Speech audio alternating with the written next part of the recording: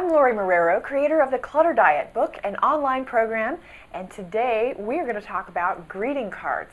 Now, I've already made a video before about new greeting cards that you have ready to send to other people, but today we want to focus on the greeting cards you've received and you might be holding on to as keepsakes.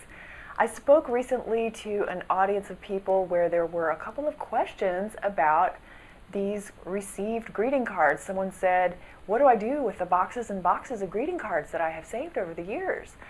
And I want to make sure everybody understands that there is no rule that says you have to keep every greeting card that you've ever been given. And I want to give you official permission to recycle those cards. You know, you can think about greeting cards as having an expiration date on them. I was inspired by my friend and colleague, Scott Rower. He is an organizer and he sends holiday cards every year to his friends and his clients, and he actually prints an expiration date on the inside of the card, kind of as a joke, but it really is a great way of looking at greeting cards. And I realize that's kind of what I naturally do. I have these cards in my hand from my birthday in August.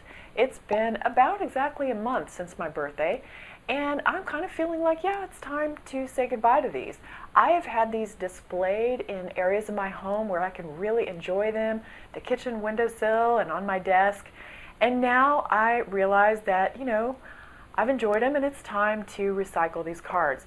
Now, I will agree with a lot of you out there that I know are saying, oh yes, there are some greeting cards that you really should keep, and I completely understand that. I have some of those too.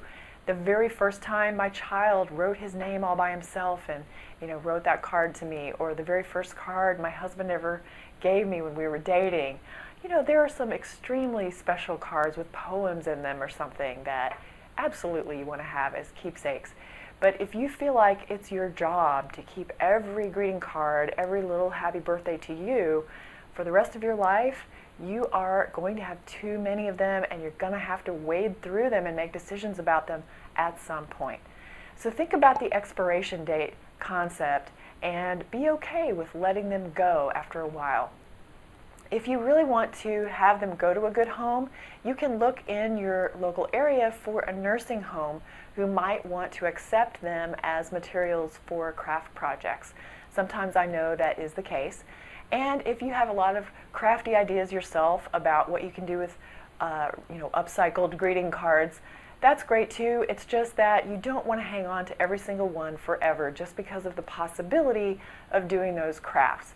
If they're taking up space that could be useful for something else, it's time to make decisions about those and let them go.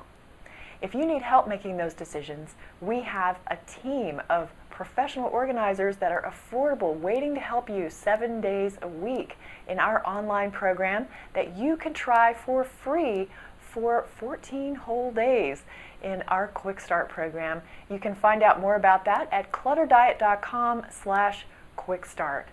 See you next time, and may you always be happy and grateful for having more than enough.